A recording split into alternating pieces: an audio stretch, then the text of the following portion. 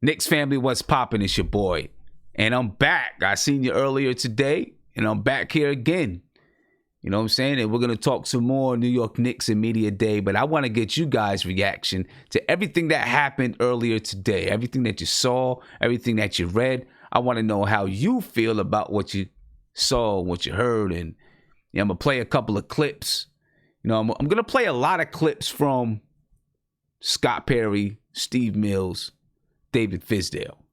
I want to hear what these. I want to talk about some of the things that these guys said, because it's the first time that they spoke to the media since who knows how long. So we're gonna go ahead and get this thing popping, ladies and gentlemen, and you know what I'm saying. Let's go ahead and get with it.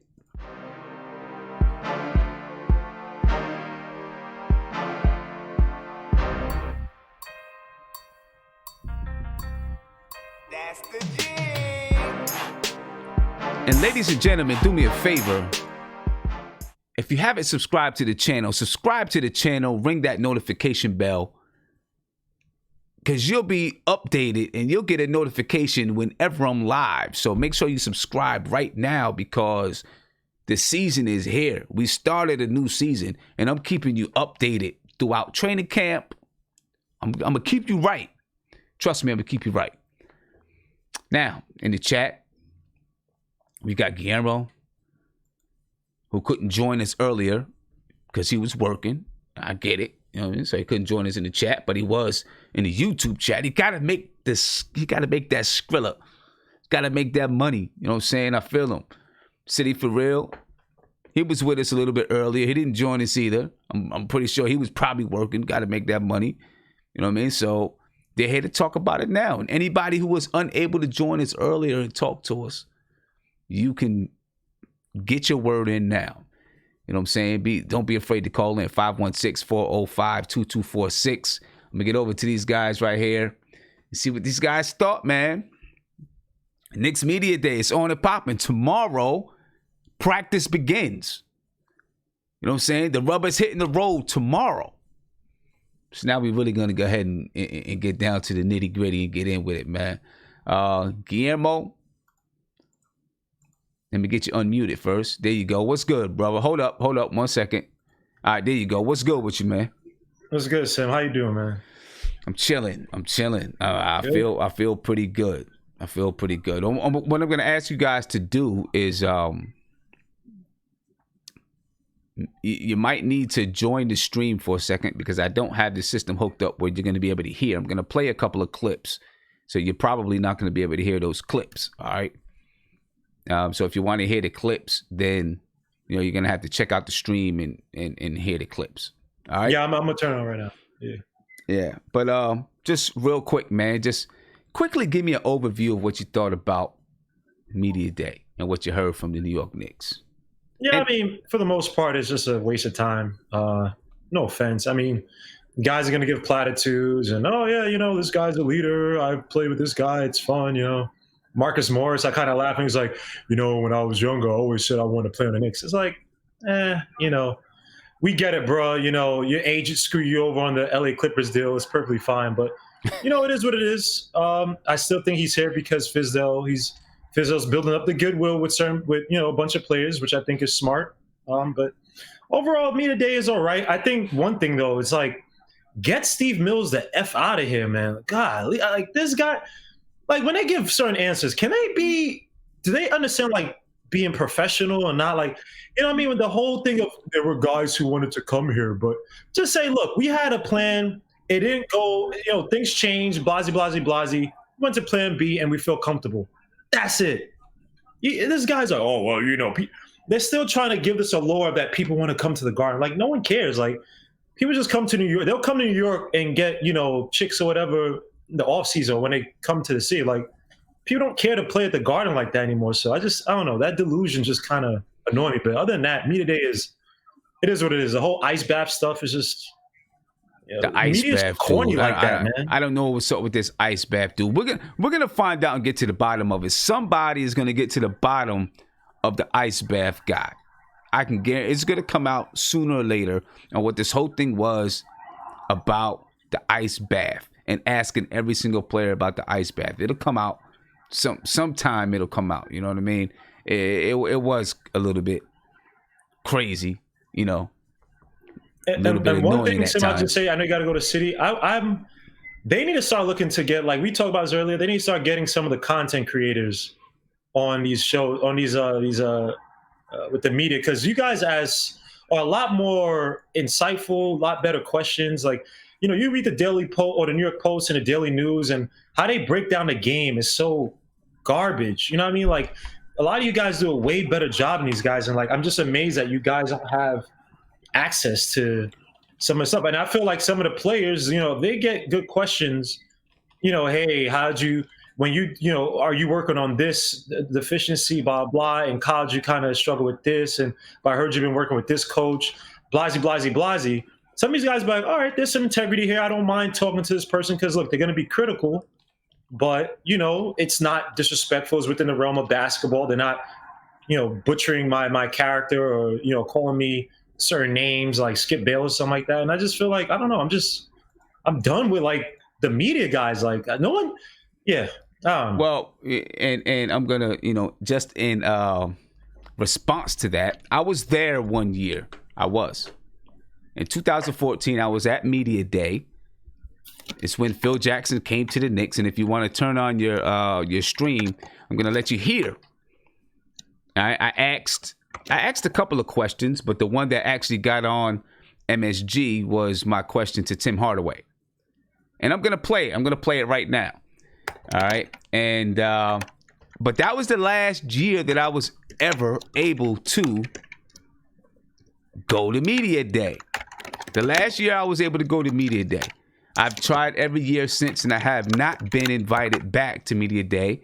I don't think it's, you know, that they don't like me. It's just, you know, they have new, I guess they have a, you know, a new regime of media people, and, you know, they don't want to bring in bloggers at this moment, or they don't want to bring in YouTubers at this moment. Listen, I got a call from them actually last year when I put in my request to be at Media Day. And they said, you know, at the moment, you know, we're not inviting bloggers. We're not inviting vloggers or bloggers or YouTubers. But there, you know, we'll have some things set up for you guys. It hasn't materialized yet. You know, but when I was there that year, there were some people who were not necessarily your big wigs like Newsday, New York Post, New York Daily News, and all that kind of stuff. There was some other, you know, some other forms of media there. You know, we'll see if we ever get back to that. I don't know. But just for the fun of it, this was back in 2014. I asked Tim Hardaway, did he get a chance to study Kobe Bryant and Michael Jordan in a triangle offense and apply it to his game? Here you go.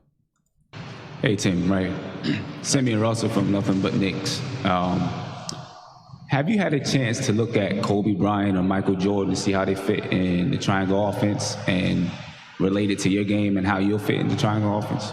Yeah, I have watched a lot of YouTube clips of that and a lot of NBA TV Hardwood Classic games with the Chicago Bulls and Lakers when they're playing. And, you know, just trying to visualize myself being one of those guys in the triangle and see how they react on defensive end as well. It made them really good defenders and just how they performed out there and executed.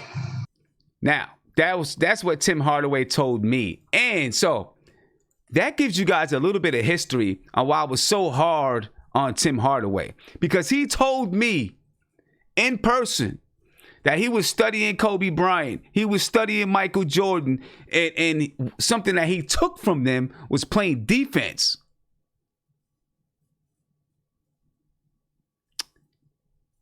Playing defense. When he came back to us, I was like, okay, maybe he got a chance to apply some of what he learned from Kobe and Jordan to his game. Nada. So I've held it against him ever since. because he should have applied that defense. I'm sorry, Tim Hardaway Jr. No, I'm not sorry, but anyway.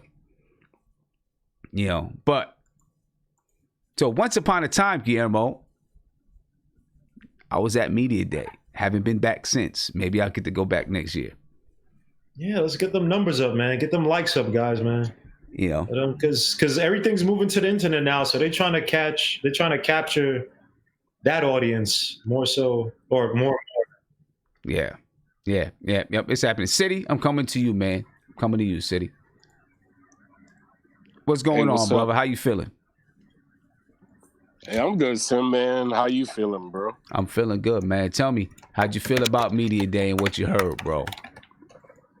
I would have to say this, Sim. The only one thing that I did not like, I did not like one thing about Media Day, man. All right. And the one thing was when I heard the same story that we heard last year, right? And I'm talking about I just want to get out the window real quick. And I'm talking about the keep what you kill thing. Like, you know what I'm saying? Like, if these guys, if we playing that and we talking that again, right? And we talking about you keep what you kill, I'm hoping that they are talking about doing that as far as you keep what you kill when you're on the basketball floor and you're not in practice. Like, you know what I'm saying? Because last year it was a keep what you kill in practice. You see what I'm saying? And we were putting guys out there that were showing it up, doing whatever they needed to do in practice. But when it came to on the court, they weren't doing that. And that's why we've seen so many different lineup changes. So when it comes back to that, if we keep in what we kill, hopefully we pick a starting lineup.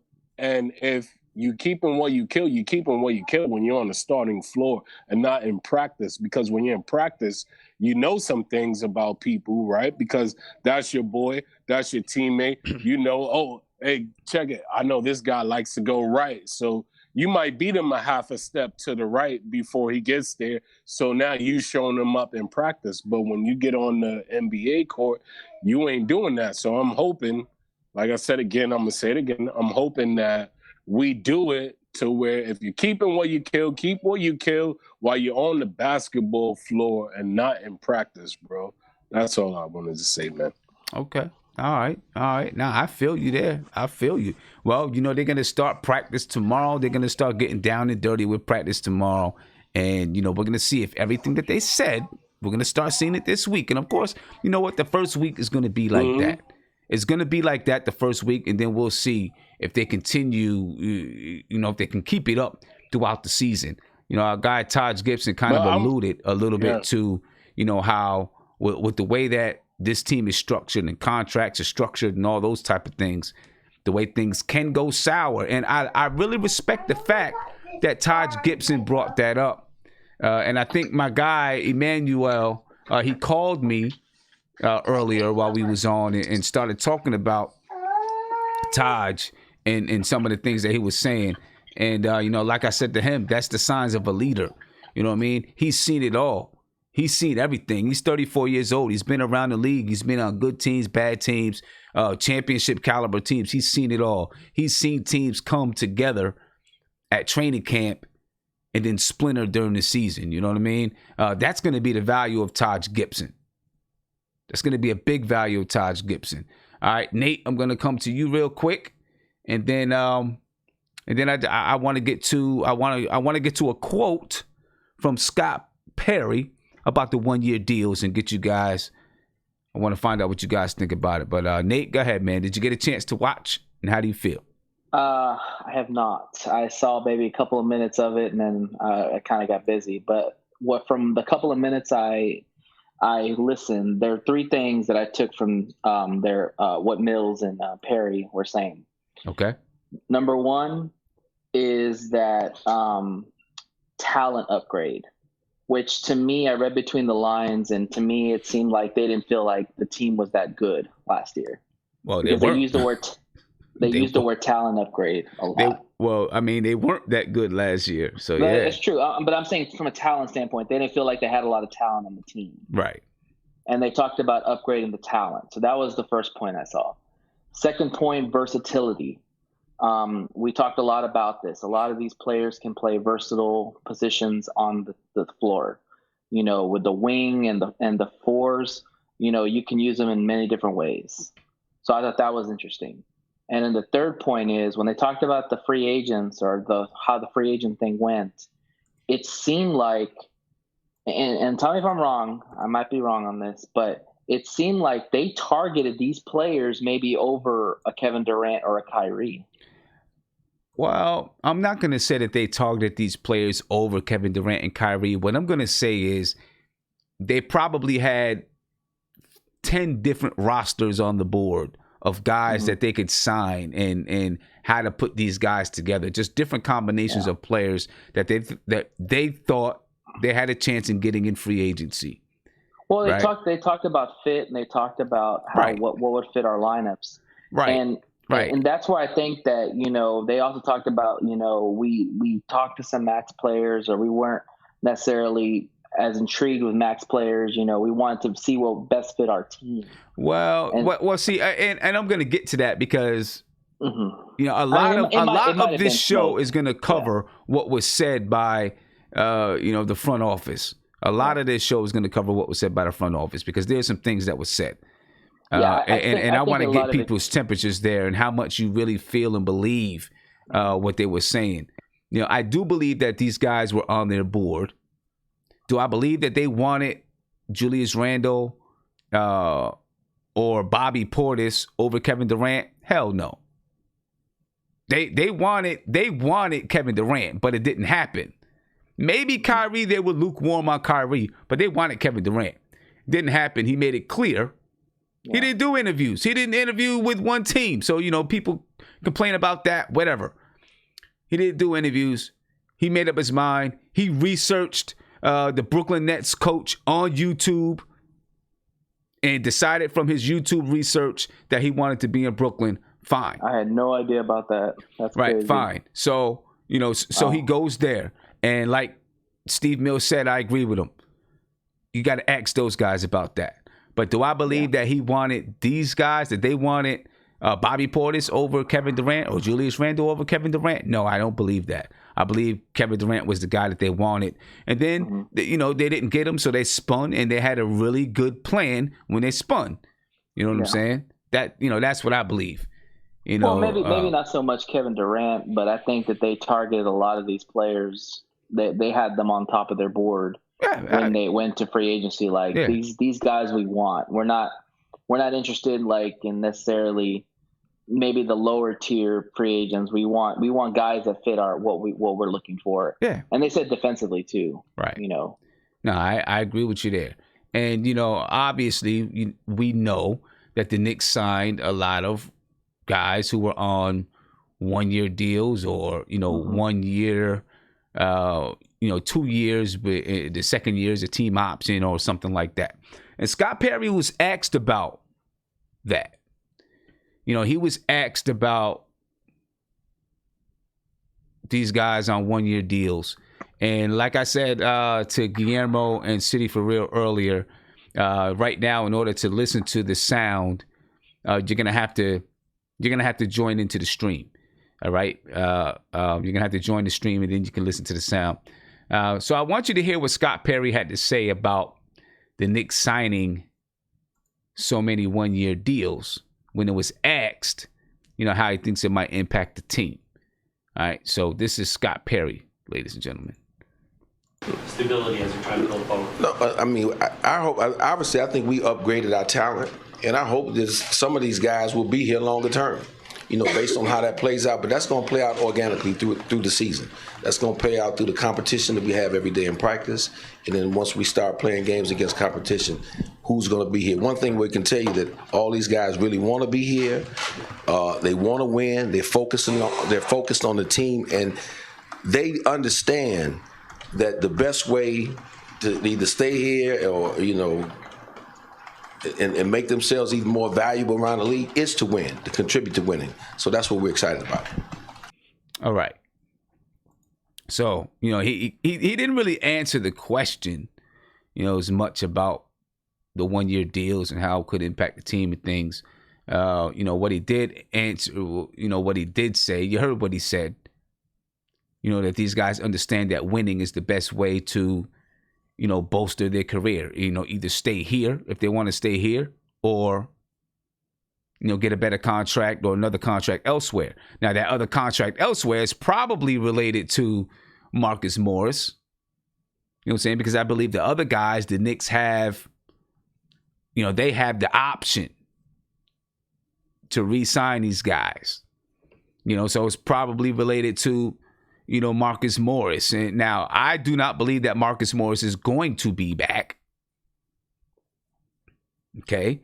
I believe that Marcus Morris, he's signed, he can say whatever he wants about being close to home and being in New York, and that's all fine and well. But I believe that Marcus Morris signed for that $15 million contract because he was getting more money here than he was getting in San Antonio, and he'll be going in the summertime.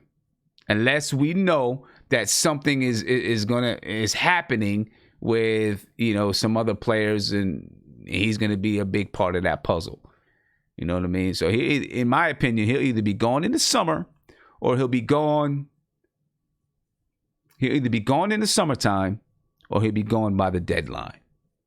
One of the two. Viv, what's going on with you, man? How you feeling? How you doing, man? All right, so I watched the presser or the media day.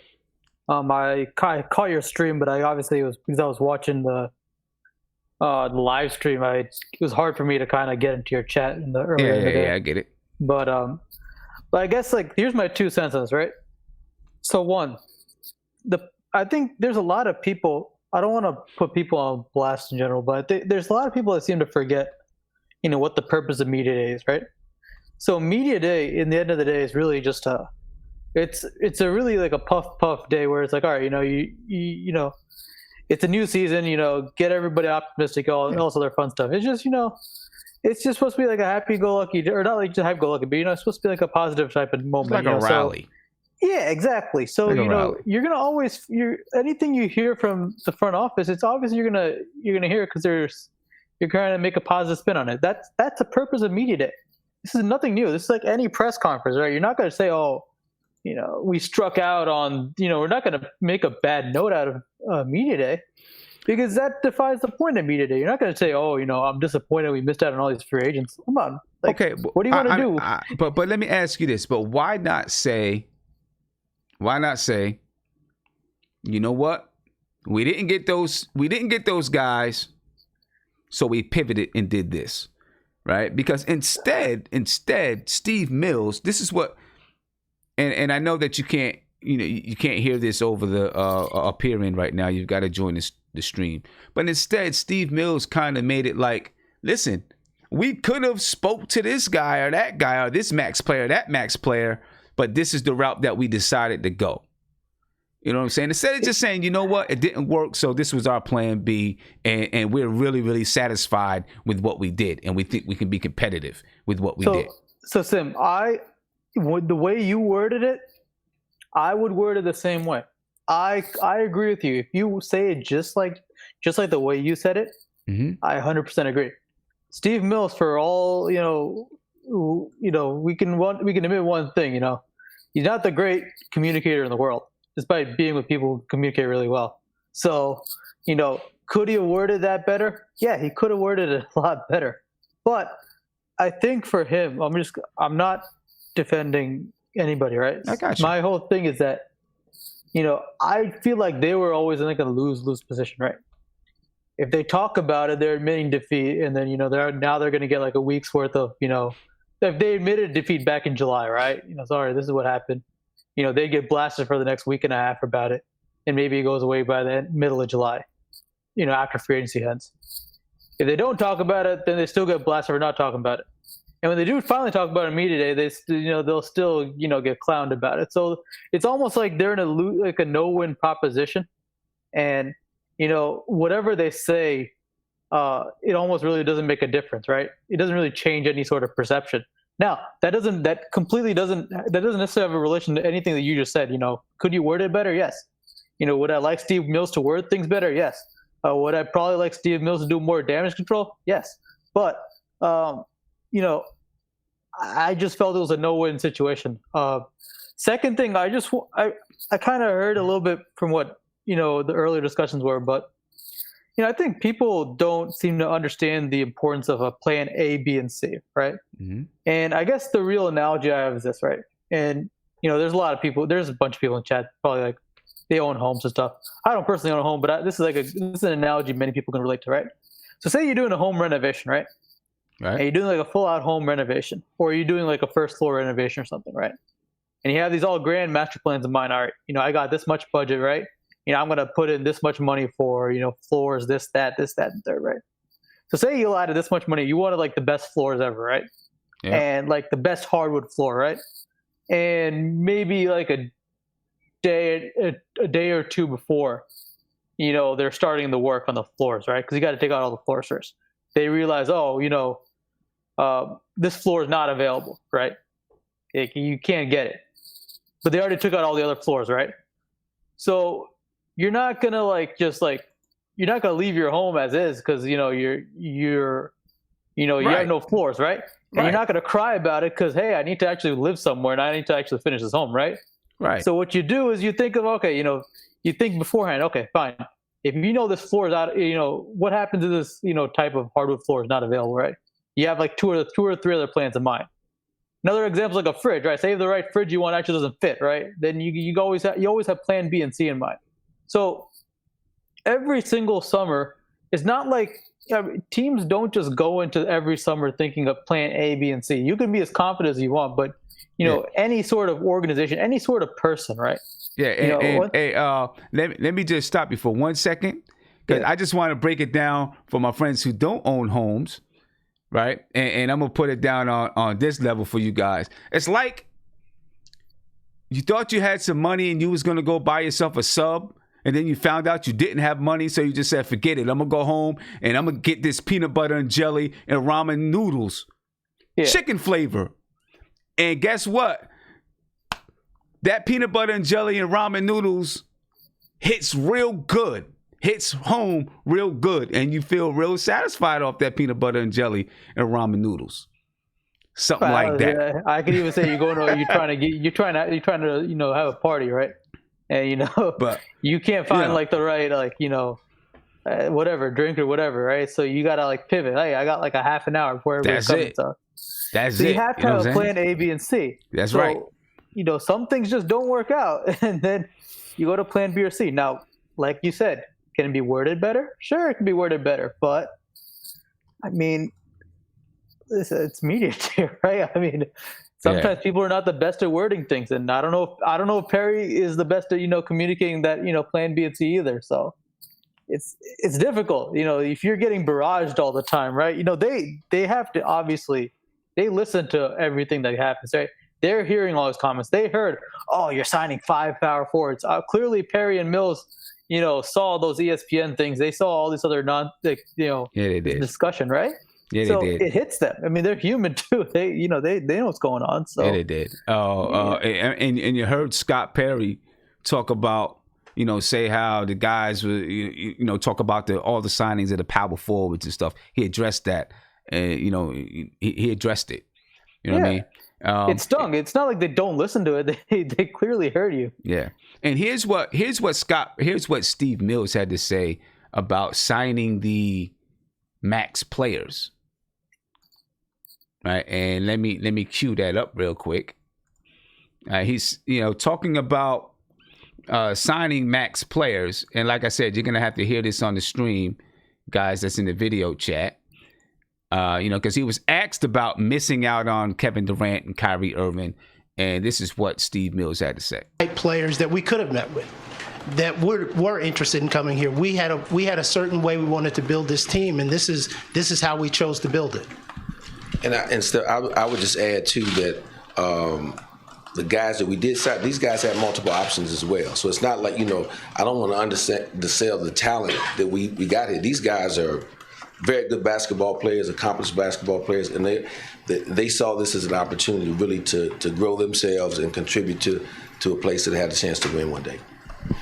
Yeah, so he was asked about Kevin Durant, Kyrie Irving signing with Brooklyn. He said, you got to ask those guys.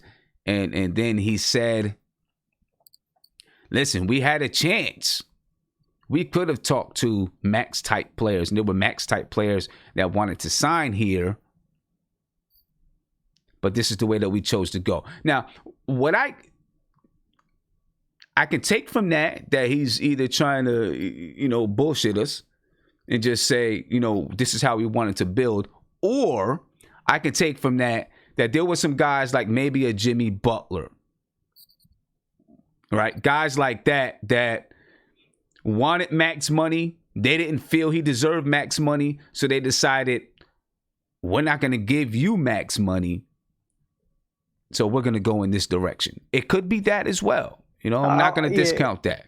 I was thinking guys like Terry Rozier, yes, or highest case maybe Tobias Harris wasn't even available anyways. But yeah, those type of guys, right? Yes, those type of guys. Similar to Randall in a sense where it's like they get that much money, even like a Bogdanovich or whatever. Anybody got like the $80-90 million, whatever. They're like, yeah, I don't think this is the right direction. We're going to go in this direction. Completely fair. It's a fair point. Yeah. So so he could have been referring to that as well. I don't think he's referring to like the max types, like Kawhi and them. I mean, it seems like when you infer max type, it's really like the tier like that, like the $80-90 million guys more than like the Jimmy Butlers of the world. Right. Yeah. That's just me. I mean, it could completely be a different interpretation, but no. I mean, we don't talk to Steve Mills, so I don't know. No. I think you're right on the money there. I want to hear from some of these other guys and see what they think. All right. Well, actually, I'm going to play this one clip, and then I'm going to get back to you guys, and I'm going to come around and find out what everybody thinks, about this one clip here. And I guess I'll repeat the clip back to you guys unless you're listening. This right here is David Fizdale. Now that, we know who we signed, and we got all these guys. They addressed everybody that we signed. Now the question comes, how are you going to balance? You got some older players and you got some younger players. And this is the question that we've been asking for a while. How is he going to balance these guys? How is he going to play some of the older players and make sure he's developing the young players? And this is Fizdale's answer to that question. Let me get it up here for you. All right, here we go. Well, I feel like there's more balance to the roster than that. I do feel like we do have a real a crop of really young guys that we want to continue to grow. But I feel like the guys that we added, they kind of go across the spectrum. When you look at guys like Julius Randle and Bobby Portis, those guys have played in this league and contributed to this league. So I don't look at them as ultra young guys. And then you got guys like Marcus Morris and Taj Gibson and Wayne Ellington who have taken a few laps in this league. So with that balance, I just felt like it all serves each other well. The competition is going to play out how it's going to play out on who plays the most minutes and things like that. But I also think we're in that next phase of development where guys have really got to earn it and really have to compete to get the minutes to help us win games. So there you go. He didn't really say, I guess what he was saying about how he's going to balance the roster and distribute minutes comes down to, like he said, we're at that next level where guys have to compete and earn their stripes and earn their time on the court. I hope he sticks to it because I don't think he stuck to that last year. We'll see if he sticks to it this year. You know what I'm saying? But, I will say this. Some of the players that you have on the roster this year, you better stick to what you said. Because there's a different type of guy on the team. It's a different kind of guy out there on the floor. Marcus Morris, Julius Randle, Bobby Portis. You know what I'm saying? They're not the guys we had last year. That's not Noah Vonleh, Mario Hezonja. These guys have a presence. Julius Randle, Marcus Morris. These guys have a presence in the league. You know what I'm saying? So, I think it's going to be, I think David Fizdale is going to stick to what he's saying a lot more than maybe what he did last season. Because these guys have a presence, a bigger presence in the locker room. And it's going to be upon Fizdale to make sure he has Marcus Morris, Julius Randle, and I'm going to keep coming back to those two, Taj Gibson, on board with everything that he's doing, because that's going to be your leadership squad. That's going to be your leadership guys. Those guys are going to be, between those three guys, if they're choosing two captains, two of those three guys will probably be the captains of the team. I don't know if you're going to make Marcus Morris the captain of the team, because he may be, he may not be here long. He may be shipped out. Taj Gibson, Julius Randle, those guys might be captains. We're going to talk about Julius Randle a little bit later, because I like some of the things that I heard from him. Although Frank Ntilikina is the longest tenured Nate, you think Frank's going to be the captain? I'm just joking, by the way. I'm just joking, by the way. He's not going to be the captain. I'm just joking because he's the longest tenured. He's not going to be the captain. I can guarantee you he's not going to be the captain. He don't have that kind of cachet yet. But go ahead, man. Yeah, just a real quick sidebar on what Mills said. He also did say that they had no control over what the other guys were going to do, which basically tells me that they weren't really in the discussions of meeting with them. They pretty much were just going to go according to plan of whatever they wanted to do. And if Kevin Durant had called them or something like that, or shown interest, then they would have met with him, of course. But to me, huh? No, I'm just saying. I mean, they don't have it. Even if you meet with them, you still don't have any control over what those guys are going to do. Exactly. They just went. They went about to do their own business. They didn't worry about it, which is good. I'm glad they did that. Because they weren't like the Lakers, who missed out on everybody when they thought that they were going to get all these people, and end up having to get lower tier players. So about Fizdale, he didn't really say a lot, man, and it's really frustrating me, and I'm sure a lot of Knicks fans out there, that it seemed like the same old BS that we heard last year. You got to eat what you kill, all this stuff. We're going to have competition, all this BS stuff. I'm not buying it, man. I wanted more of his accountability. Like, hey, it was on me. My coaching wasn't good. I need to do a better job as a coach. I need to install more philosophy. I need to install more system oriented. I didn't hear none of that stuff. All I heard was like, I'm going to say 5 seconds of something and then move on and hide behind everybody else. Wow. I'm really worried about this. You know what? I think I got to disagree with you a little bit. He didn't say, I'm going to install this type of a system, right? He didn't use the word system. He did say he wants to play a hard-nosed style of defense. He did mention that. I missed that part. I haven't heard it all, but yep. I'm just talking about like the intro parts. Like when he had his time to speak, he really didn't say anything different than what I've heard before. Well, we are going to talk about, you might hear some stuff when we talk about the playoffs, because he did talk about, he said he wanted to have a hard-nosed defense. Scott Perry said the same thing. Yeah. Want to have a hard-nosed style defense. About the offense. He didn't allude to any kind of style. The only thing he said is he wants to play the type of game where everyone gets a chance on the offensive side of the floor. And then, of course, scoring, is going to go by your pecking order, But I guess I was kind of surprised because, like, if you watch the beginning of the press conference, all the questions were directed to Fizdale about how you're going to make this work. What have you learned and all that, like, as far as last year and all this stuff. And I just felt like it was the same song and dance that he really – I wanted him to take more accountability for last year. Like, say, you know what, I got to do a better job coaching. I got to do a better job with making adjustments. I got to do a better job of getting players in the right positions and all that.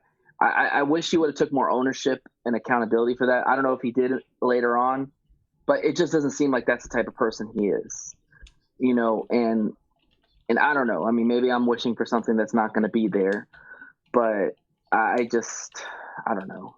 It just frustrates me because I think we have a good team. I think we have a lot of good young players. We have the right front office that's making the right decisions. The only problem is the coach has got to get on par with what we're doing and install something. Give a philosophy. If you're going to say we're going to be defensive minded, then put a defensive lineup out there. Let's see what you say, because right now all I'm hearing is the car salesman pitch. This all sounds fine and dandy until we see it on the court, and then it doesn't happen. You know what I'm saying? Okay. Well, we'll see. it's going to be very different. Like Marcus Morris said, it's going to be different from last year. It's going to be very different. I'm going to say this, right? As much as I've gotten on Fizdale, you do need to have a leadership structure in place. And you didn't have much of a leadership structure in place last year. And when I'm saying leadership structure, I don't mean leadership structure as far as your front office staff, right?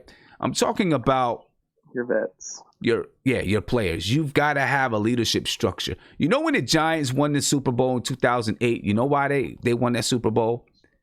Leaders. Part of the reason, because Tom Coughlin changed his coaching style a little bit, and he implemented a leadership council that had Michael Strahan and some other guys on that leadership council, guys that could go back and talk to the players about what coach wants and what coach needs, and then those players could say, "Well, this is what we're feeling," and he could bring, Michael Strahan and that leadership group could bring it back to Tom Coughlin.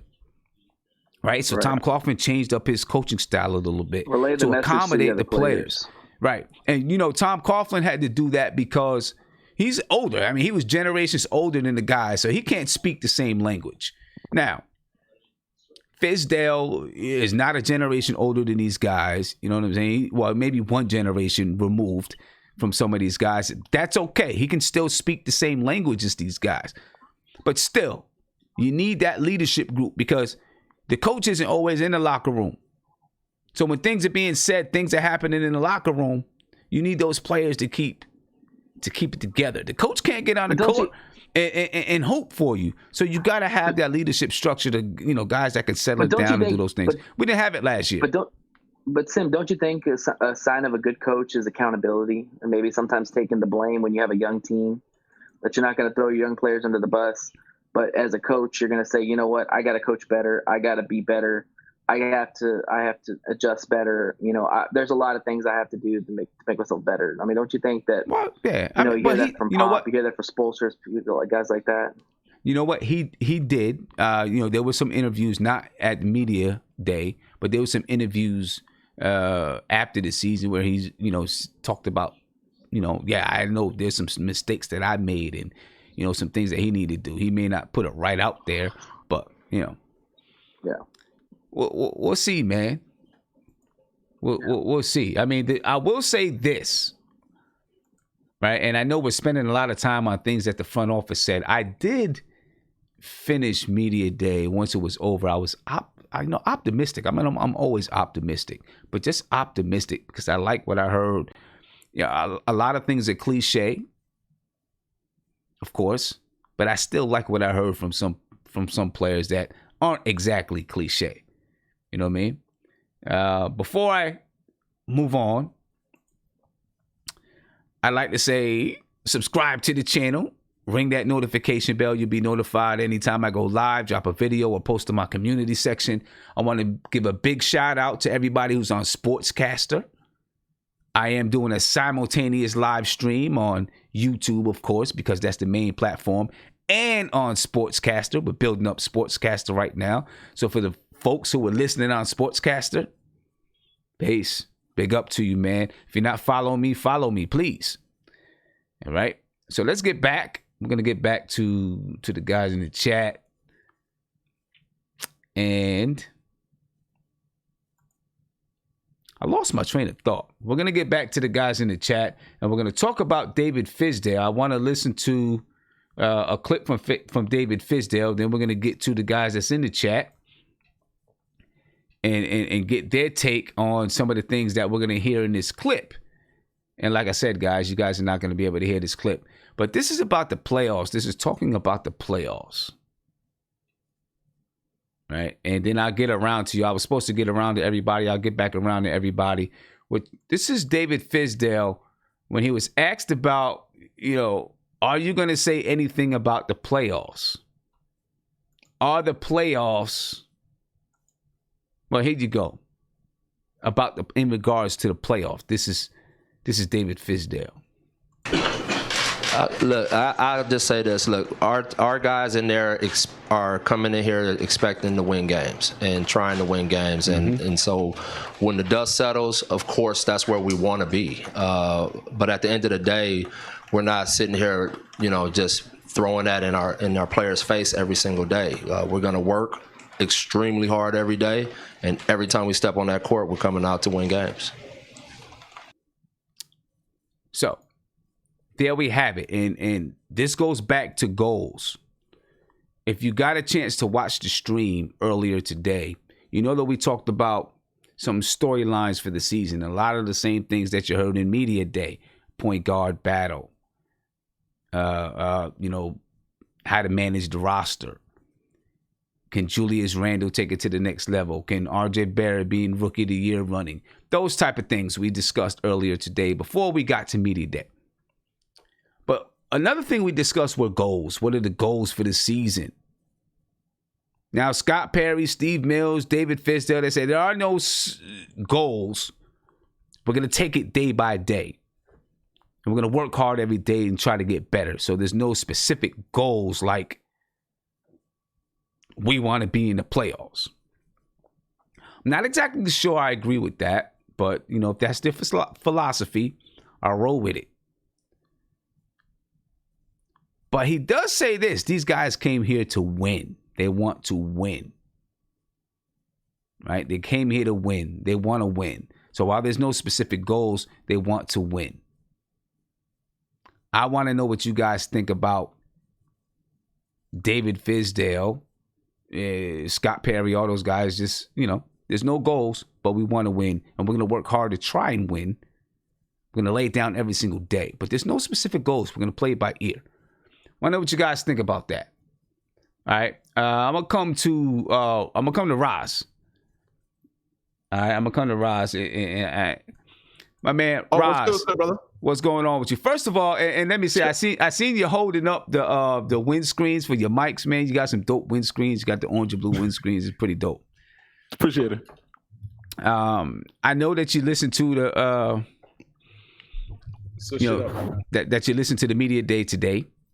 Yeah, and definitely. David Fizdale said that there's no specific goals to make the playoffs. It's not something that is beating in the guy's head every time they come into practice.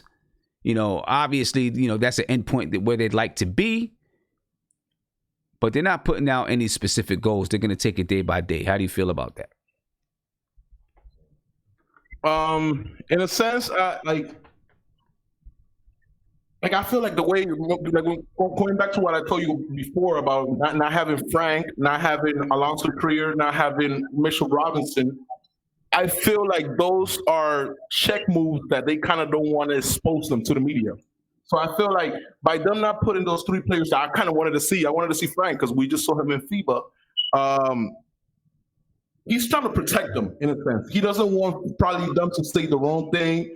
Also, the media, the guys who were just talking about how the media in that room has no correlation with the average player because they, in high school they were not a player. They were basically the nerds that were being bullied. Like that's what I kind of feel like about. So day by day feels good, but at the same time, it's like I guess just being 2 years on this wait list, we just kind of want to show up with other people. You understand? As a Knicks fan, it sucks that everybody likes to talk down on us.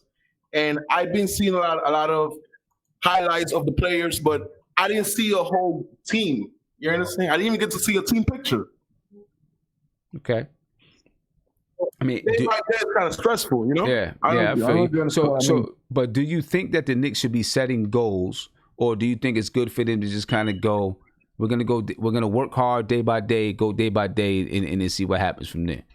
I think it's a good idea because then we will have some leverage. We never had leverage. With Stoudemire, we're signing a guy and then he gets injured, and now we're stuck with this. We're still playing. I think we're still paying Noah, the guy from the Bulls. What's his name? The crazy guy. Joaquin Noah, the French guy. We still paying him. Well, I mean, he went on crazy in the city. He went on like. He went crazy after a while. Yeah. Like all those millions, and he went like Carl Pavano. So it's just like I don't know. I feel like it's a good step, but I think for us it's just the impatience of like I just want to see a game. I just want to see them playing. You understand? Nah, I feel that. Yeah, you just want to see him playing. Nah, I get that. I just want to see him playing too. You know what I'm saying? But I just want to know like what is it that they're doing? What do they want from the season? You know, that's the big thing for me. You know, because to me that dictates. And it sounds like David Fizdale said they want to win. Scott Perry said they want to win. But to me, that dictates some of the things you do. Viv, what do you think, man? Setting expectations. There you go. For goals. Yeah, about setting any kind of expectations. What do you think? Yeah, I think they should. I mean, I think any sort of organization should always set goals. Now, is it something you tell everyone on media day? No, but you know, whenever you start a season, you should always set some goals. I mean, that's the purpose of being a coach, right, or being, you know, part of any organization, right? You gotta set some goals. Is it going to be certain wins? I mean, probably. I mean, but yeah, you should always set goals. What's the purpose of playing a season if you don't set any goals? Even if you're if you're rebuilding, right, or you're not going to expect to win a lot of games, you can always set goals for how to, you show incremental progress. I mean, if anything, it'll motivate players, right? Because at least players are accomplishing something rather than just looking at it under the lens of losing games, right? Right. So, I mean, even for you, right? Like you coach basketball. You see, you probably set goals. I mean, you may not tell everybody what the goals are, but at least you set some goals so that you can you set a barometer for progress. Right. You always got to, you always got to set goals, because if you don't set goals, like you said, you have a barometer for progress. If you don't set goals, how do you know if you were successful or not? Exactly. And how do you evaluate your roster? Right. Yeah. So you have to always set goals. I mean, but go ahead. And like you said, maybe they set some goals, but they're not letting, they're not going to tell us. I'm sure they have some internal goals, some things that they'd like to accomplish this season. Because the problem is if you tell us, right, then it's like, okay, now you got in the paper the next morning, okay, Nick set this goal for X, Y, and Z, right? Yeah. But now it's bulletin board material. And then when you don't meet those goals, then you're going to see another like headline in April saying, okay, Knicks didn't meet this goal, and it was a disappointing season, X, Y, Z. So now it's like 3 headlines. Yeah. And then you got to talk about why you didn't meet that goal later in May and June, right? And then it's just like a rinse and repeat. So, and sometimes, as you know, goals they're adaptable, right? So, sometimes you realize, these goals might have been too lofty, or they might have been too comfy, or too low, right? So, you adapt your goals, but there's no need to tell us all your goals. Yeah. Yeah. I suspect that there's some kind of goals within the team. They're just not gonna say it, because they don't want to raise expectations of the fans. You know what I'm saying? Or lower expectations. It's much better if we can have our fans stay even keel. And with the New York Knicks, I don't think that's possible, that the fans stay even keel. You know what I mean? But the best that they could try to do that, they can. But I don't know. I'd like to know some kind of a goal. What they're doing for the season. Are they, something? Guillermo, what do you think, man? You came to me, Sim? Yeah, I came to you. I mean, I actually kind of agree with Vivek, man. If you internalize the goals, I think that's a little bit better, because again, the whole, you don't want to give the media anything to feed off of, right? If you sit there and say, hey, we're trying to strive for the playoffs, then the media is going to say, well, the Knicks, their mandate is to get to the playoff, blah, blah, blah. Obviously every team wants to get to the playoffs, but I mean, the media, they're going to hold you to it. Some of these young, impressionable kids are going to be under pressure, even though I'm more the negative reinforcement. Is like, hey, you tell me I can't get to the playoffs, I'm going to get to the playoffs and show you. But guys are different now. To me, I wish the only thing I would have asked for Fizzo to do, I don't necessarily want him to say anything about goals, because that goes maybe to the used car salesman thing, and also platitudes like, eat what you kill, but then last year you guys are tanking. Yeah, whatever. Only thing I would have asked for is, or I would have liked to heard from him, is more so of what your identity is going to be. Are you going to be a defensive team? Are you going to be a team that's more geared towards development? Is it going to be a mixture of development plus getting the vets to play?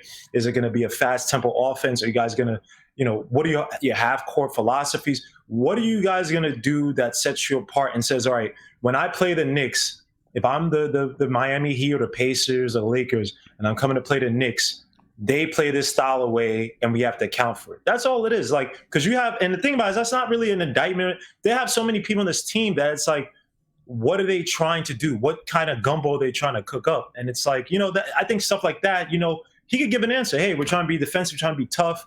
We're trying to be a rebounding team, a team that defends passing lanes, things of that nature. Like, I would rather hear that. The whole win stuff, man, keep that, man. We've heard about, oh yeah, we're gonna make the playoffs. Guys don't make the playoffs. You heard about dream teams, not from the Knicks, but just from other teams like the Philadelphia Eagles, like that 2000 whatever team, 11 team. Oh, we're a super team, and I don't even think they made the playoffs. So it's like, all that win stuff, we don't need to hear it. We understand we understand that you have a lot of new players and you're trying to gel these guys. Just try to give us some insight into what your vision is now. Now that you're not tanking, you're gonna actually coach these guys up. What are you going to do? And another thing I would have asked, what are the principles you're going to take from your Grizzlies year, your time with the Grizzlies, and your time with the Heat? Because the Heat are all about physical conditioning, defense. The Grizzlies, you were actually trying to implement certain things like getting your big man to be able to space the floor. And yes, Gasol, now he turned to that in Toronto. Are you going to do that stuff with Mitchell Robinson? You're going to get him to shoot more, be a little bit more offensive. Things of that nature. Give me some idea to what the identity of your team and some of your key players will be going forward for the season. That's what I've asked. Yeah. Okay. No, I get it. I get it. Now I want to get into some players. We've been talking about the front office. I want to talk about some players. I want to start with Julius Randle, because one of the things, Guillermo, me, you, and Tony had a conversation. We did a video about it. Talking about Julius Randle and whether or not he's ready to be a leader, and if he's there mentally. We know he can do it, physically on the court. He can be, that leading scorer on the court. Most likely will be the Knicks' leading scorer. But he's being asked to step in and be the leader of this team. It just so it happens in sports that your best player becomes your leader, whether or not that person has leadership characteristics or leadership abilities. Right now. He's played under Kobe Bryant. He's played with Kobe Bryant. Hopefully, he learned something from Kobe about being, a leader.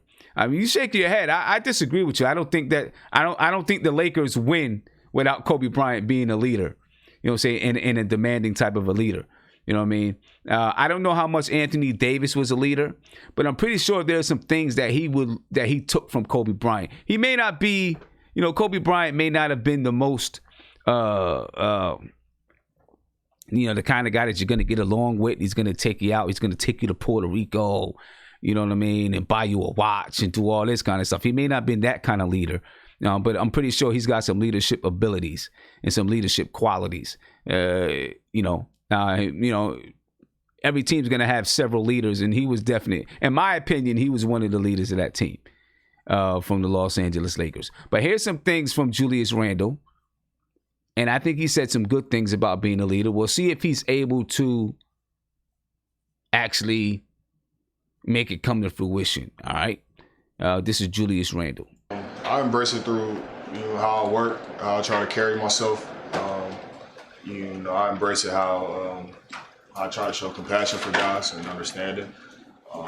It's not about being a leader and saying you do this, you do that.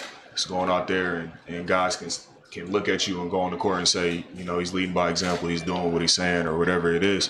And that's how I embrace it. And I also embrace it just by, like I said, I want to make everybody better. It's not about me. It's not about, the next guy or the next guy. It's about us as a team and us getting better. And, one of my biggest goals this year is just to make everybody around me better. Going out and doing scoring 20 points or whatever it is, that's not the hard part for me.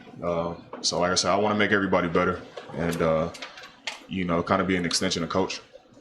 Yeah, I like our group a lot. Oh, there you go. All right. So he said he wants to make everybody better, be the extension of the coach, not only be the guy, I don't know if he really wants to be the guy that tells everybody what to do. I don't, like he said, that's really not him, but, he wants to show and lead by example. If he's saying, okay, this is what we do, then I'm going to go out there and do it on the floor. He's saying the right things. doing it is different. Dealing with people's personalities is different. I believe he's going to get the respect, though. That's the first part.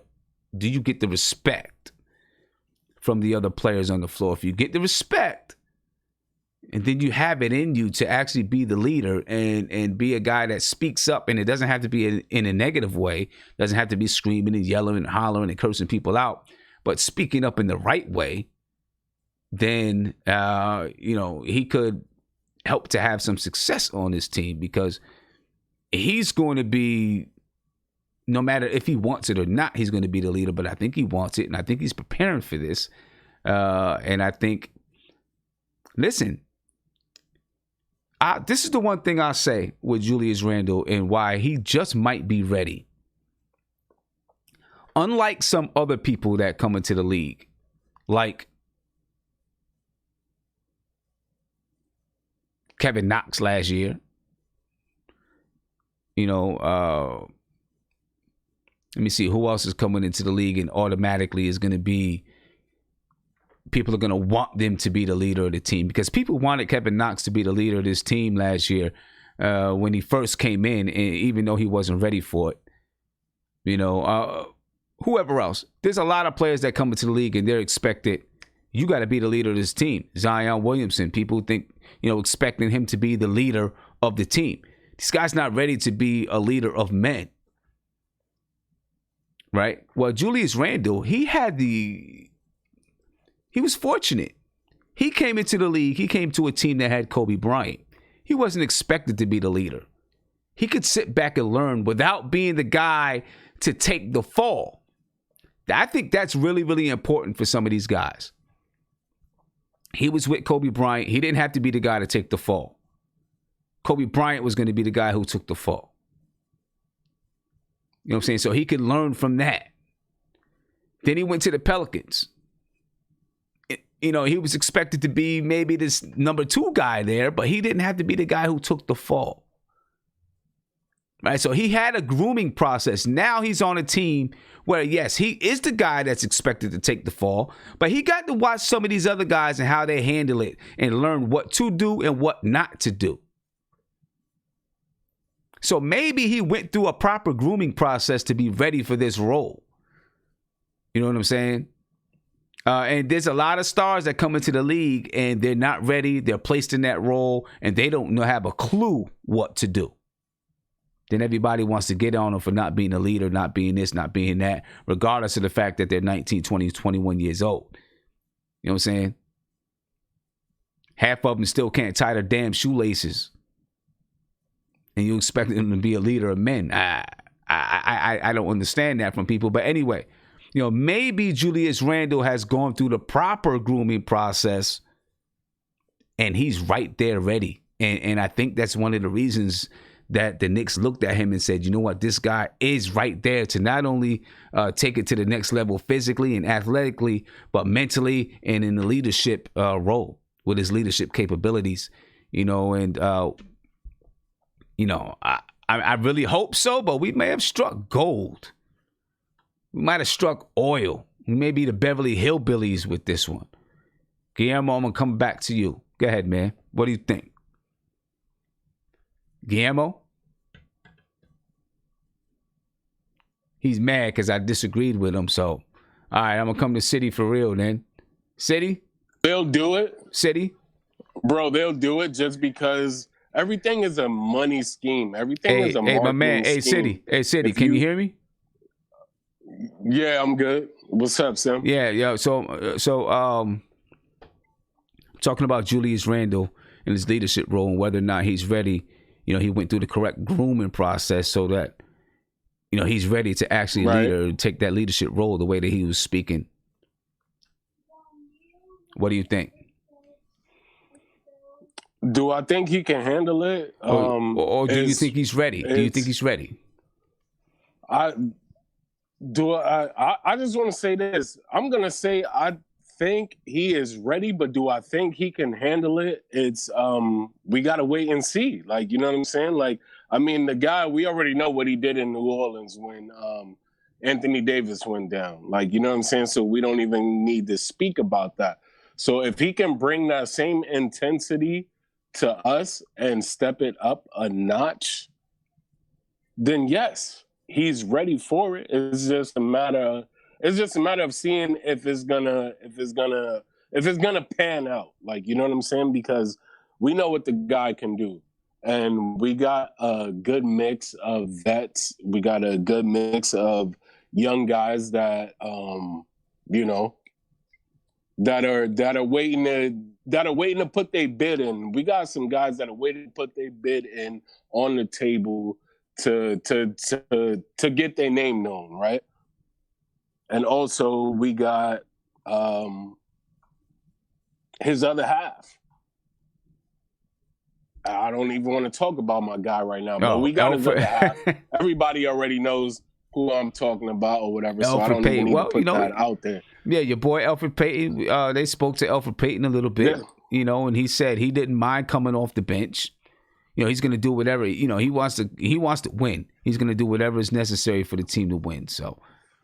Yeah, but we talking about media days, Sam, and we talking about, like, you know what I'm saying? All of these guys are gonna say the right things that they need to say, but when it gets down to coming down on the court, it's gonna be a different story. This is why I said earlier that I don't want to see the whole keep what you kill thing. You know what I'm saying? Because of practice, like. You know what I mean? Because you can do whatever you want to do in practice, and you can know a guy's skill set in practice and just get there to his spots quicker than him or whatever. If we're gonna analyze these guys and we're gonna do the things that we need to do, then analyze these guys on the court. Like, you know what I'm saying? Like, you're gonna keep what you kill on the court. Let's see what you do against other teams, not in practice, not against the guys that you always play against, every Monday, Wednesday, Thursday, Friday. Like, you know what I'm saying? Let's not do that. Like, keep what you kill against the Boston Celtics, against the Raptors, against whatever team that we play. That's how we want to get our keep what you kill. Show me what you can do on the court against other guys that you're not scrimmaging against all of the time. That's what I want to see personally. Okay. Let's talk about Kevin Knox a little bit. Did you get a chance to actually see the video? See it? Yes. Kevin Knox bro. looked huge, didn't he? Yes, bro. His shoulders looked a little bit. I can't even say they looked a lot bigger. Like, where, like, you know what I'm saying? Where I feel like he gonna do some things when he did that shoulder in.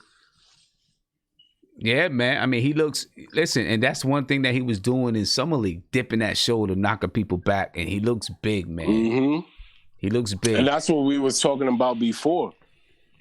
Yeah. When we were talking to I forget what stream it was, but we were talking about it when I was saying that how he was taking it to the rack, being more confident and being more like serious with dipping that shoulder and going in there. So he said he only had 3 pounds, but I don't know, bro. I know, man. I don't know. He said he only had 3 pounds. He looked stacked. He looked big, man. He said he only picked. He looked big. He looked big. I was like, come on, man, really? He said only 3 pounds. Kevin Knox looked big, guys. If you didn't get a chance to see it, make sure you get a chance to see it. Kevin Knox looked pretty big. Mm-hmm. And he said that he's only like 3 pounds heavier than last year. Now, he looked way more than 3 pounds heavier. I'm going to bring a picture over shortly so that you can see. And that's what he tried to say. He tried to say it was muscle, but well, I mean, some of it was muscle, but, like, you know what I mean? He had to have gained at least 10, man. You know, or maybe I'm just stepping it up a little bit. I don't know. I don't know, man. I mean, you know what? The only thing I can say is this. You know, he's the one. He has access to, trainers and all that kind of stuff.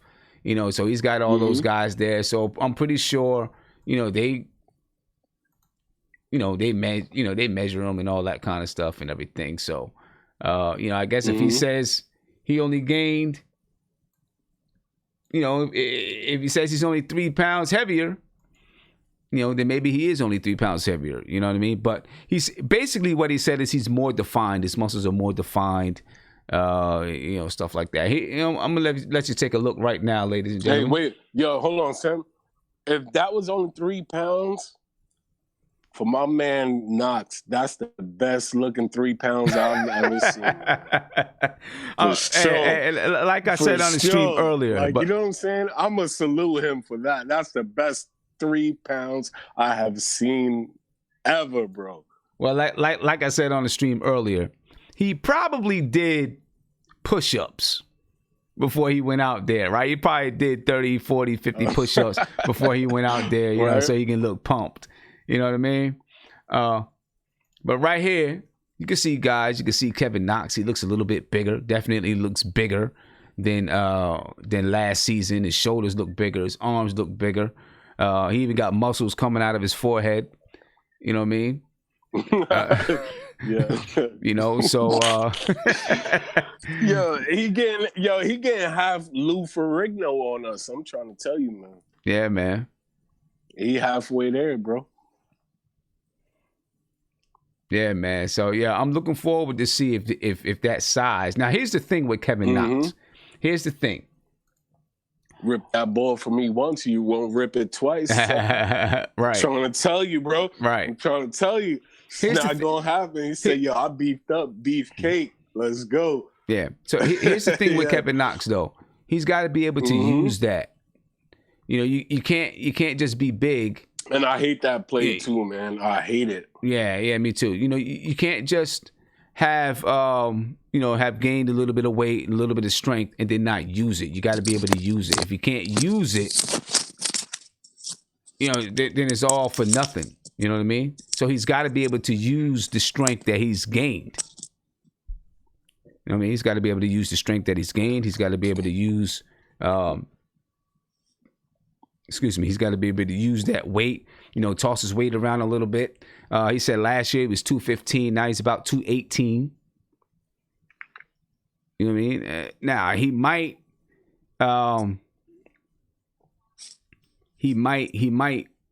lose some of that weight, when the season starts and all that kind of stuff. But we'll see. I see Ralph Unreal said Knox looks fine, but I thought he was bigger the way y'all talked. Well, you know what? The thing is this. I think the video, the image that I brought over maybe wasn't in the highest definition. When you actually seen it in HD, he was a lot bigger. He looked a lot bigger, but he's definitely bigger, more cut up than he was last year. So we're gonna see if he's able to use that during the game. You know what I'm saying? See if he can use it during the game. They talked to RJ Barrett, of course. Man, the brother was stacked, bro. Yeah. They talked to RJ Barrett, of course. Yeah, there not much. There wasn't much said with RJ Barrett. One of the things that stood out for me with RJ Barrett is he was asked about expectations and how to play under certain expectations. And basically he was just like, nothing. I'm just going to go out there and play ball. That's it. I'm just going to go out there and play. You know what I mean? Yeah, the guy is cool. The guy is smooth. Of course, they asked RJ Barrett. They didn't really get into depth with RJ Barrett. They asked him about Daniel Jones and if he got a chance to meet Daniel Jones and all that kind of stuff. Nothing really in depth with RJ Barrett. Is there anything that stood out with you, City, with what players said? Anything that stood out with you? For what who said? Any players. Anything that you heard that stood out. Things that players said. For any of the players.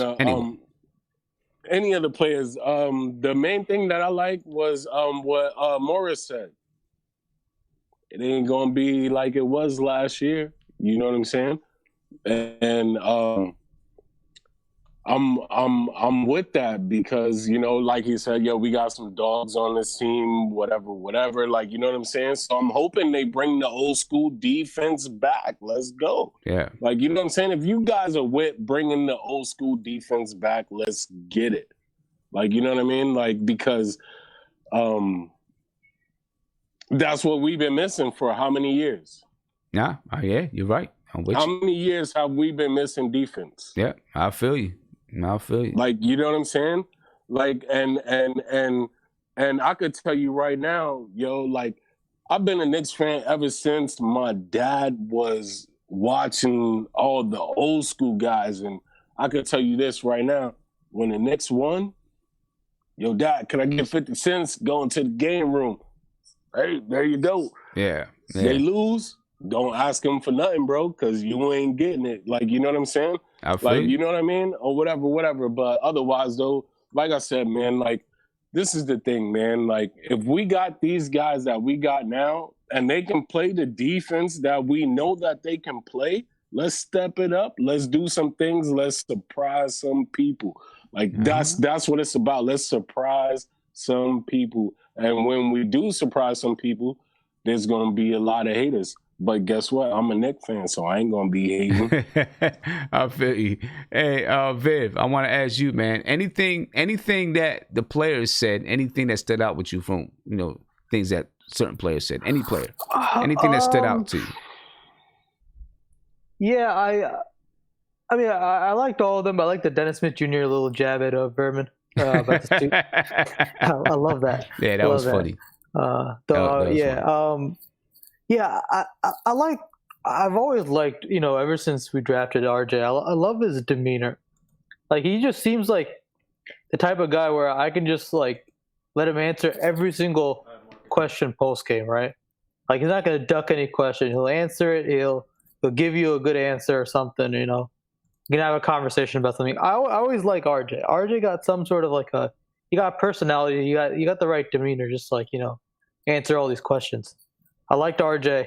I mean, I heard Elfrid Payton. I didn't actually hear. I never listened to an Elfrid Payton interview before. So this is the first time I heard him talk. So he seems like a pretty he's a pretty nice kid. I just don't know. I don't know. I mean, he's obviously from New Orleans and stuff. So, I don't know. Maybe I don't know if any of this will really feel like a shock for him, going forward. But, yeah, I'm more curious. Right now, obviously, everybody says, I don't care where I play. I just want to win games. So, we'll take that for what it is. But yeah, and one of the things that I was talking about earlier is how, with this team, there's connections. There's little connections here and there with players. Mm-hmm. You know what I'm saying? We know about RJ and Iggy. You got Mitchell Robinson and Elfrid Payton are from the same area, right? Yeah, Elfrid and Julius Randle. No, I mean, but Mitchell Robinson and Elfrid they're from New Orleans. Right. So they're from the same area. They probably heard about each other. I know Elfrid Payton said he heard about Mitchell Robinson. So there's a connection there because they could talk about some things that only those guys are going to understand and know because they're from the same region. It's from the same area. You got, I think, Bobby Portis and Taj Gibson played together, right? Yeah, Bobby Portis and Gibson, Randall and Payton played together. Randall and Payton played together. You got Knox and RJ Barrett know each other already, from, just coming up, which a lot of guys do, but they seem to be, guys that had gotten a little close. Maybe it's worth checking, but maybe Dotson, Payton, and Randall may have played, against each other in high school. Similar age, right? Yep. Especially because Dotson is from the Houston area. Houston and New Orleans is close. Yep. You know what I mean? So... And then you got everybody who's currently on the team, right? So, Right. Then you got guys who are currently on the team. So there's some connection between guys that can really help with this chemistry. That can really help with the chemistry part of everything. Because there's just some small connections of guys who've, been around each other before, played with each other before, and those type of things, which hopefully will help to grow the chemistry, improve the chemistry. You know what I mean? Right. I'm trying to think Wayne Ellington. He played with Randall. Like, he was with Randall when he got hurt that first year, his rookie season. Okay. Where Randall played a game or whatever. But yeah, I was gonna say I like Morris's. He had a couple nice quotes in there. But I mean, he didn't.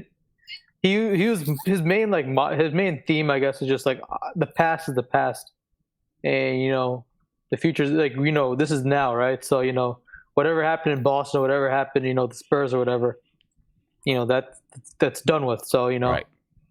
he was more interested in what we were going to do now. So yeah, I like Darwood. I mean, I think they're all pretty solid interviews. Yeah. And I know people want to say, "Oh, why didn't XYZ player speak?" But that's just because the nature of media day. Yeah, and not everybody can speak. So yeah, not everybody can speak, right? Yeah. So as a matter of fact, talking about Morris, I'm gonna take a minute and I'm gonna play just a little bit of Morris's press conferences, some of the things that he said, especially with, they asked him why he likes this team. And he said, because we got a lot of dogs on this team. And somebody actually had the nerve to ask him, how do you define dogs? I mean, anyway, here we go. A lot of guys that's going to go out and try to prove themselves. A lot of young guys that's willing to get better, that's willing to listen. And the biggest thing is, I think, from last year, the guys that still here has a chip on their shoulder from, only winning 17 games and, coming to try to get better. And I think it's going to be a good year. Marcus, ice baths are a big part of NBA culture. Do you believe in them? And can you tell me the story the first time you got on one? Ice baths? Yeah. Cold tub? Yeah. Yeah, I mean, when you're 21, Here's the ice probably bath up to guy. like 26, you probably don't do it. But after that, you use it. Me personally, I use it a lot. I try to recover. The big thing in the league, but they're doing the cryo thing now. The Normatech that does the ice and the heat. So it's a lot of new technology shit going on. Do you remember the feeling someone first time said you hate getting in? Okay, I want to stop it right there because that right there, that right there just lets you know who Marcus Morris is, right? The guy asked him about, and I know that was a little bit low, I apologize, but the guy asked him about ice tubs and all that good stuff. The ice tub dude was there. Asked him about ice tubs. Marcus Morris goes in and he talks about cryotherapy. And he's like, we're doing cryotherapy and all this new technology and shit. It just lets, I mean, I know it's not that bad of a curse word, but still, you're on media day, it just lets it out there and breezes by it like it's nothing. And guess what? Not one person is going to say anything to him. Not one person is going to say anything to him. That just lets you know who Marcus Morris is, ladies and gentlemen. You know what I'm saying? And he is the guy. He's going to be the Rasheed Wallace of this team for the time that he's here. Kind of like the Knicks had in 2012, 2013. He's going to be the guy. Ain't nobody going to cuff with Marcus Morris. Nobody. Maybe not even Fizdale. Fizdale might have to go call Keep Smart to deal with Marcus Morris if it gets down to it. You know what I'm saying? But it's a luxury to have. It's definitely a big luxury to have. Yeah, so I like some of the things that he had to say, and I didn't. Of course, I thought I had it queued up to a different point, but anyway, he said there's a lot of dogs on the team, and things are not going to be the same. So I respect Marcus Morris for that. You know what I mean? I respect him for him. What you think, Viv? He's gonna be the Rasheed Wallace of this team? Yeah,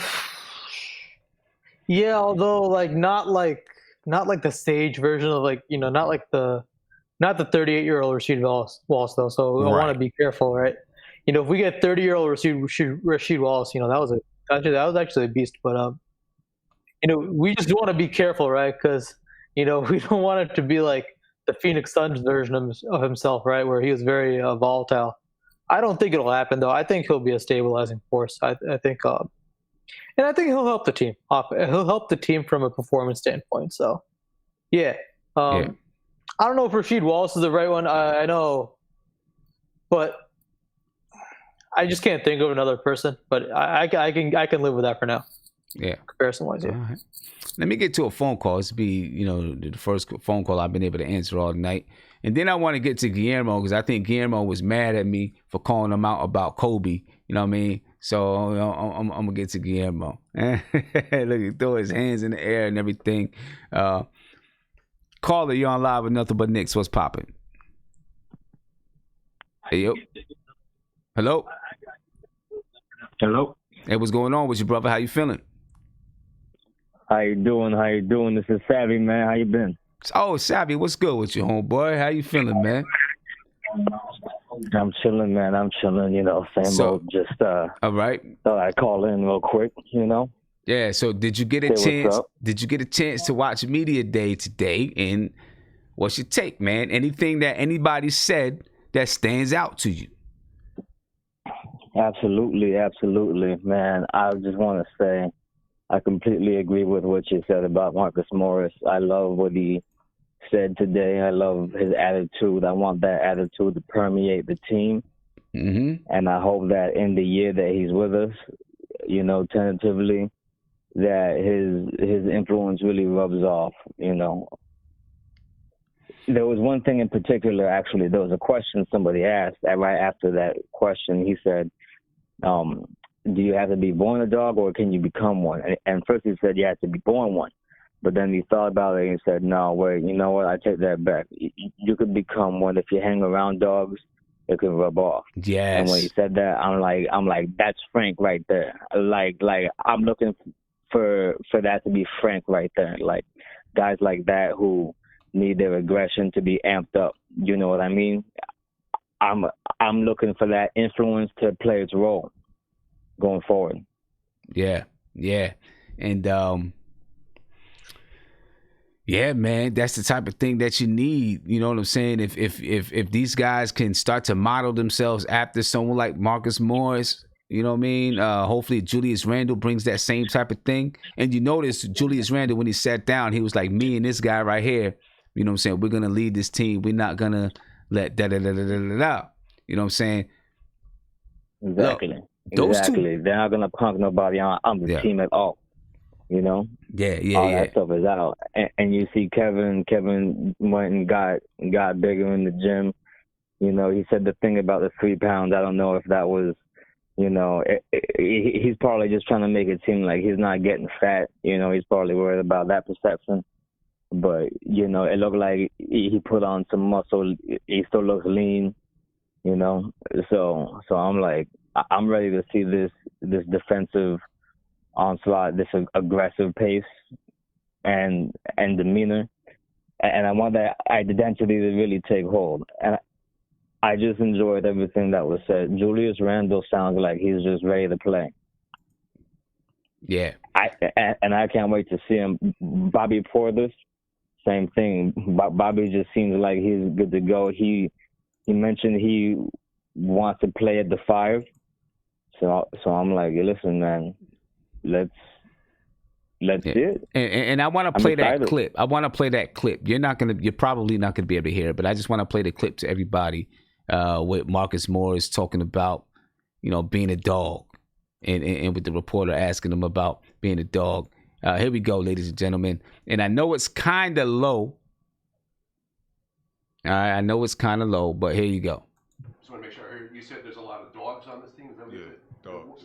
What is the definition of a dog? Is that a guy who is that just playing hard? You ever seen me play? No, I see. Yeah, that's my definition right there. There you go. Guys is not going to back down.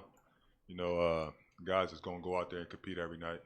And I could tell you this, first and foremost, you know, it's not going to be like last year. Yeah, Marcus, you know, Kevin Knox was the starting. And there you go right there. He said, it's not going to be like last year. You know what I mean? He said, there's a lot of dogs on this team. It's not going to be like last year. He said, I can tell you right now, it's not going to be like last year. You know what I'm saying? So, you know, he's coming in with the intent. And you know what? I'm going to bring this over to everybody just so, in case people haven't seen, in case people haven't been able to see Media Day yet, I'm going to bring this over just so you can see Marcus Morris grilling on whoever's asking him the question. You know what I mean? Because that's just what this dude does. I mean, just take a look at him. You know what I'm saying? That's just him. You know what I mean? You're not cuffing with Marcus Morris. He's just he grilling. looked at Whoever's him asking him the question, he's grilling Are him you right dumb? now. You know, He looked at him like, you don't. That's crazy. yeah, he's just grilling on whoever it is asking the question. I wanna. Yeah, it just I is what wanna it is. Go ahead, man. bring that up, Sim. Sorry to interrupt. I'm sorry, but No, go ahead. I wanted to bring that up about last year. And by the way, about that question, this guy didn't even like that question. The way he looked at him was funny, and I was like, he was just talking to like be polite and give him an answer. He's lucky he even got an answer to that question just from the guy's face and how he reacted to it. Yeah. But when he's talking about last year, right?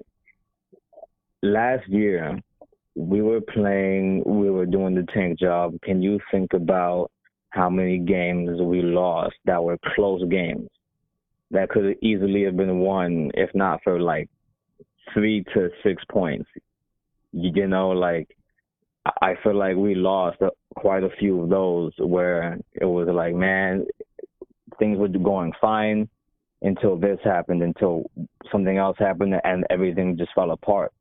So now that we have this new sense of toughness, this new grit on the team, I want to see it reflected in that win total, you know, because I feel like there was at least like 6 or 7 games that ended that way, you know, in like small single-digit wins, losses that could just as easily have been taken. So I'm looking for a major impact, and not only the wins, but the identity of the team as well. So yeah, you know, this media day was informative. I enjoyed watching it, you know, and I appreciate you for taking the call. I appreciate you, Zabby. I'm looking forward to getting you back in the video chat, bro.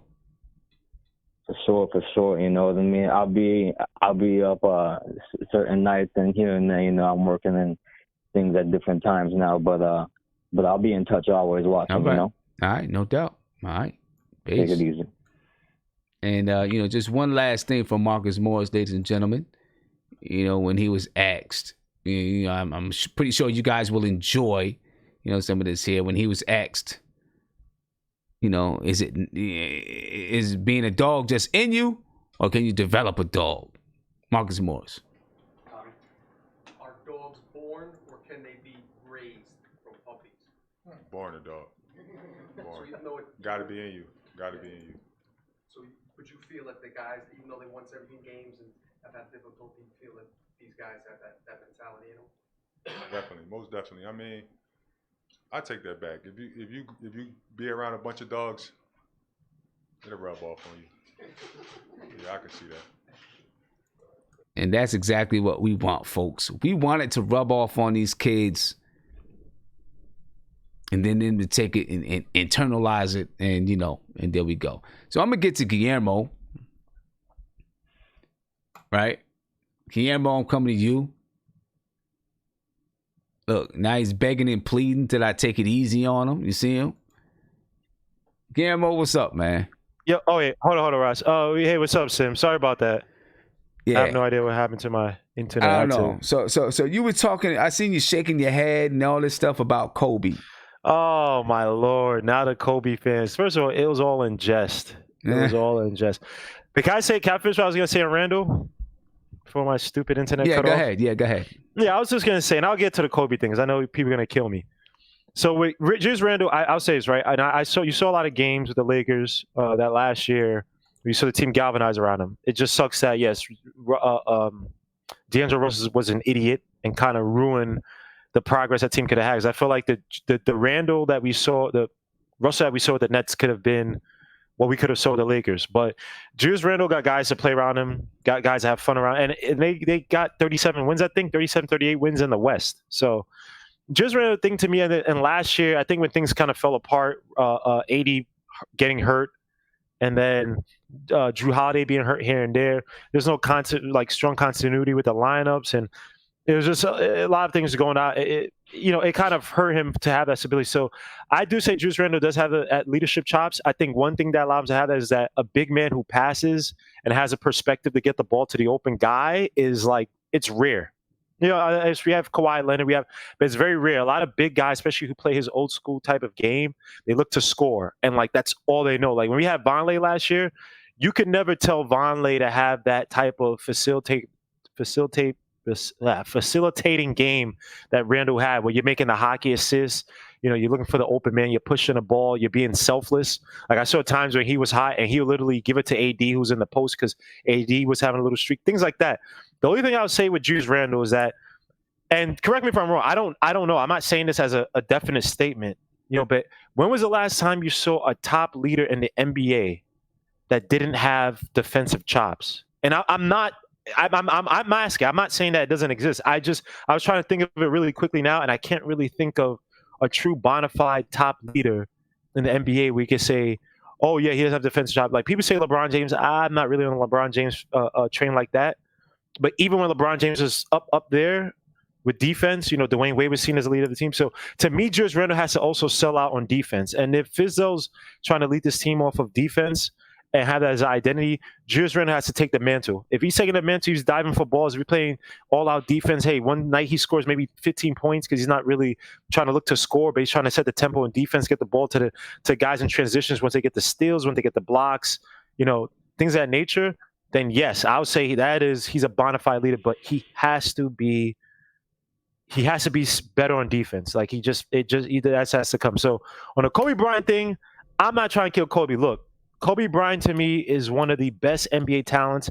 His work ethic, his drive, his dedication to the game, I think is better than when you talk about the top guys. You talk about the Jordans, you talk about Ronaldos, you talk about the top athletes in all of sports. Never take it away from him. One of the best shooting guards of all time. One of the best players of all time. Forget even shooting guards. To me, Kobe, yes, you can lead by example. I get it. That's one thing. But Kobe he's Machiavellian. Kobe, when he didn't have talent around him, like I looked at the Dwayne Wade, when Dwayne Wade had those years where he didn't have talent around him, he was still like, there was that year I forgot what it was. They have 63 wings. I might be wrong. But there was a time when I think had Lamar Odom or whatever, and they got to the playoffs and they shouldn't have gone.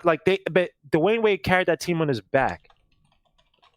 Kobe Bryant, as talented as he is, when he didn't have talent around him, he did not have the perspective to say, "Hey, these guys are probably not at the level they should be, and they don't take negative reinforcement the same way I do," which I agree with. I'm a negative reinforcement guy, like in the sense of what Kobe sees. Like if someone says to Kobe, "You can't do it," he's going to go out and try to prove that he can. But he did not take into account that not everybody follows that same mantra or that same direction. And he was just all about me. He was just, screw it. I'm going to just keep scoring. Remember that, like, after Shaq left, he was just all about, I'm just going to try to score, and try to, you know, break records, blah, blah, blah. To me, Kobe Bryant, as great as he is, I don't think that he's a great player, great talent. I just don't think that he led his team. Like, he has the ability to do so, but I just didn't see. I don't put him up there as one of the top leaders. But don't kill me. I love watching Kobe. He's one of my favorite players to watch. But in terms of leaders like that, nah, I don't see it, man. I don't know. I think Kobe was a leader. How? And by example, you're gonna say by example? I think he led by example. Listen, everyone has a different leadership style. Some people's leadership style will work. Some people's leadership style will not work. Okay. Sorry, right? Sim. Let me correct it then. Let me correct it real quick because that's a great point you brought up. Kobe Bryant, yes, leading by example can be very effective. What I'm saying is that Kobe was not an effective leader because take out the years when he had all that talent and he didn't, I guess Phil Jackson or whatever. Take out all those years that he had the talent. Who was he galvanizing around him that took to his example? Who was he getting guys? Like there are certain guys that they know how to chameleonize. That's not a word, but chameleonize themselves into every situation where new guys are coming, blah, blah, but they get everybody to play under them. Like a person I think is a leader is Curry. And I don't think he might kill me, but Curry is a type of guy that, as talented as he is, he can get guys to play around him and like playing around him. I know the whole KD thing, blah, blah, but KD wanted to go there because of Curry and that system and what they were doing. And Curry is the type of guy that he's never going to try to be above anybody. Like, he doesn't seem to try to be above anybody. Does he take crazy shots, blah, blah, but it's never selfish. It's never out of the system or what they're trying to do. All right, and he's always pushing up his players. That's the type of guy that people want to. Right, but does it have to? Does a leader always have? I mean, does a leader always have to be that way? Because I've had different people in my life who I considered leaders, and some were not compassionate at all.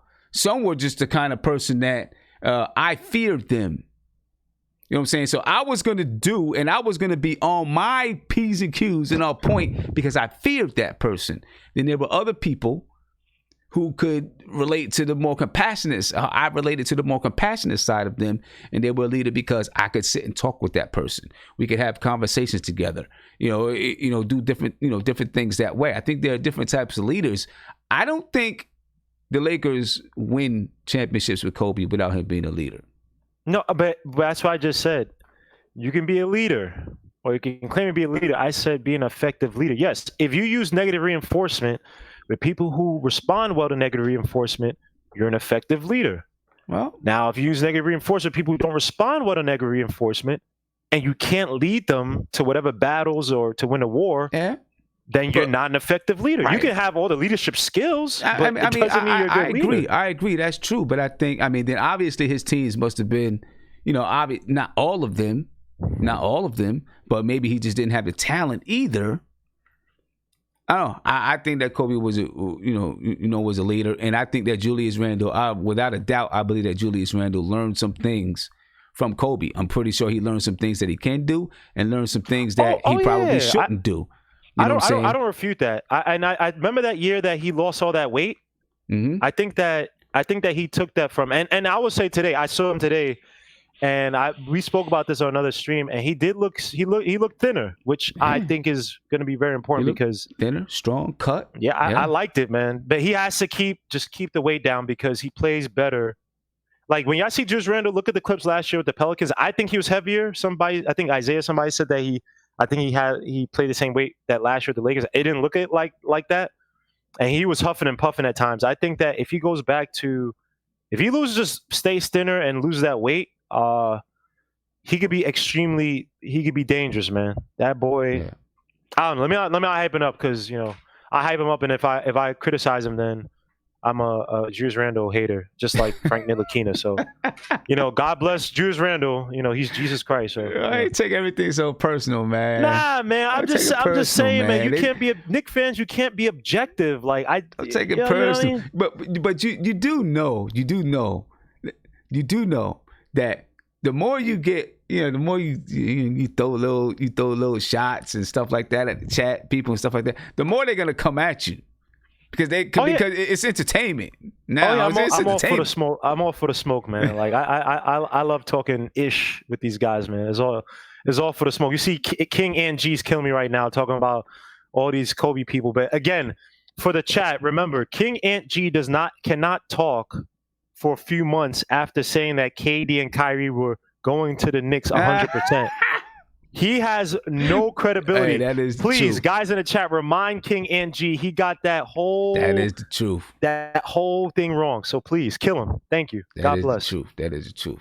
Well, look, ladies and gentlemen, man, I'm glad you guys jumped back on with me tonight. I'm going to be in. I don't know exactly what time, but I'm going to jump on sometime tomorrow after I collect some information about, the first practice. And we'll talk about the first practice. It'll be sometime, maybe about 2:00, something like that. But you'll get the notification when it comes out. You know what I mean? But I'm gonna give everybody a chance, go around and give everybody a chance to throw a little last word out there. You want to throw some last words out there, Gambo? Yeah, man. This was fun, man. Again, I understand what the what's famous for, the media days for. I just personally, man, I'm just tired of the years of hearing this stuff, man. I just want to play and win, man. You know what I mean? Like, we heard it for 20 years, we're excited for this, we're excited. And I'm not against it. Morale, good, whatever. I'm just ready for the games and seeing these guys on the court, man. Yeah, so. and one last thing.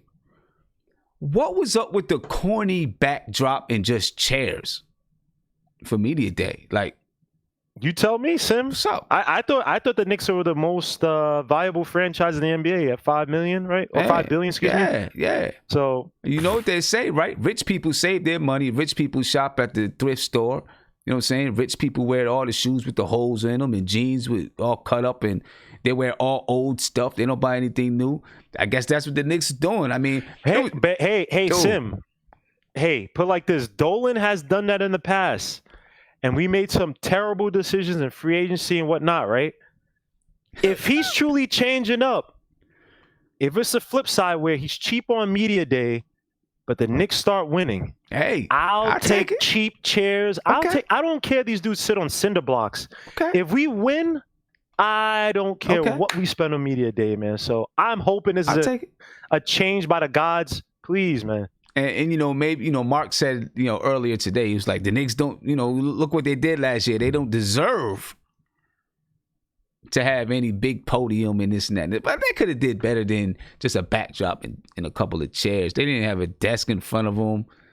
You know what I'm saying? I mean, come on. You could do better than that. You could do something. Get a Walmart fold-out table and put a tablecloth on it. You can get a tablecloth from Family Dollar for $1.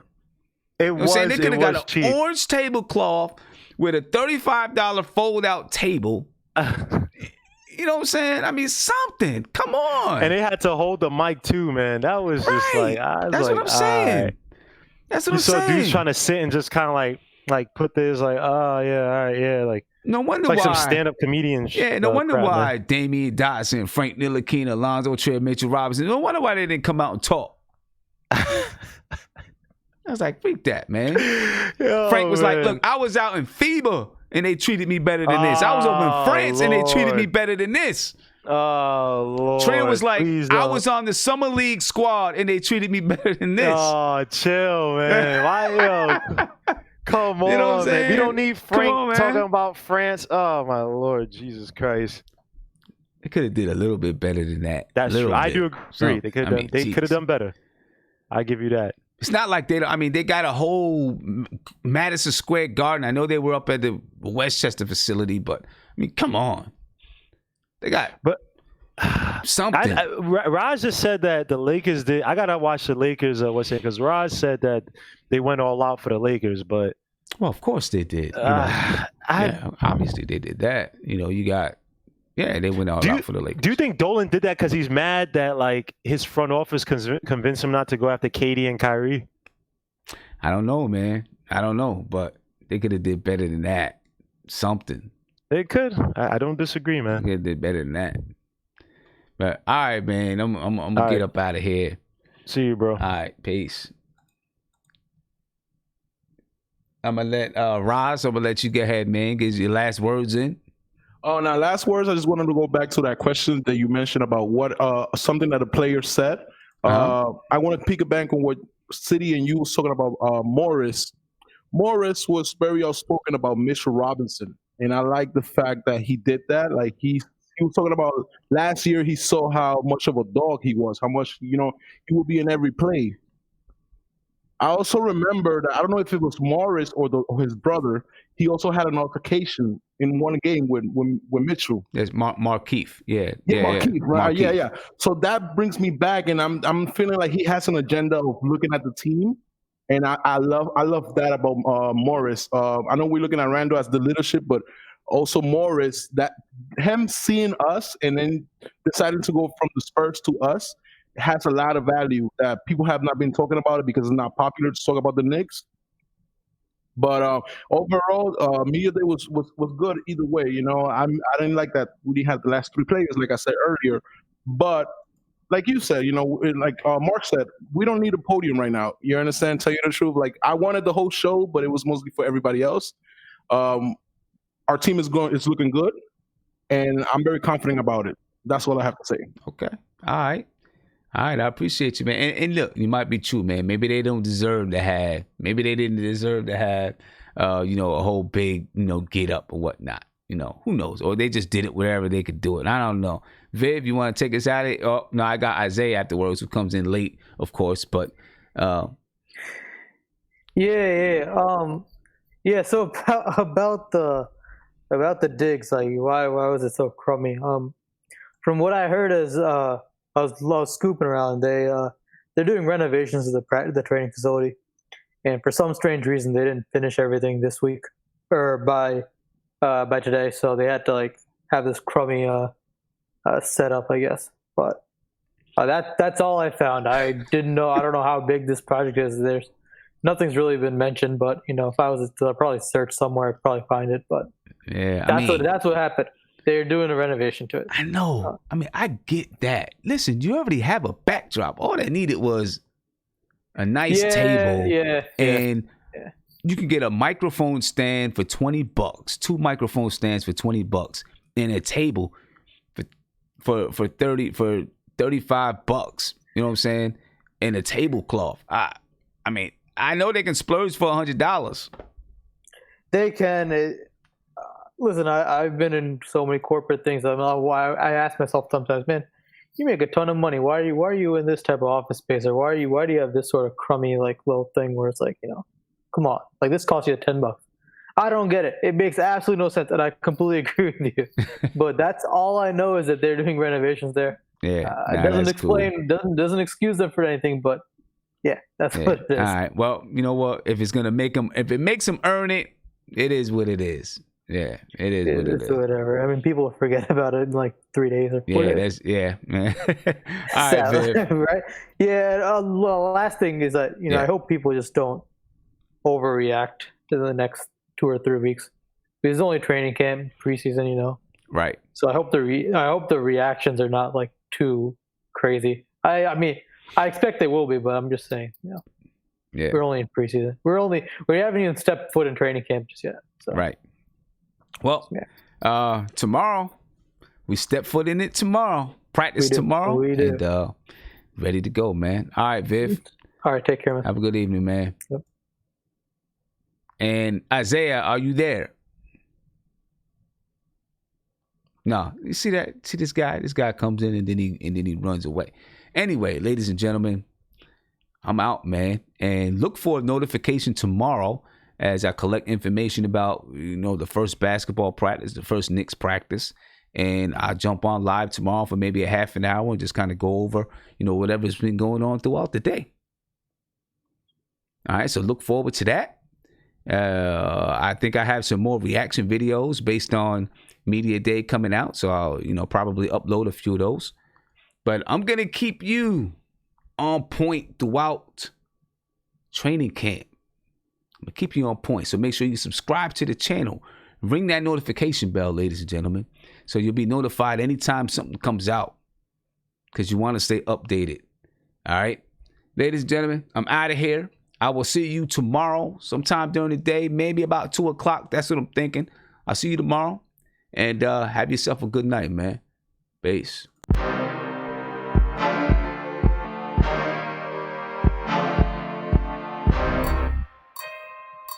Subscribe to the channel, folks. Don't forget to subscribe.